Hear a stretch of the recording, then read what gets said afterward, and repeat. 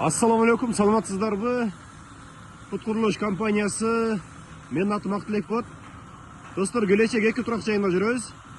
Өзүңүздөр көргөндөй эле курулуш иштери өтө сонун жүрүп атат.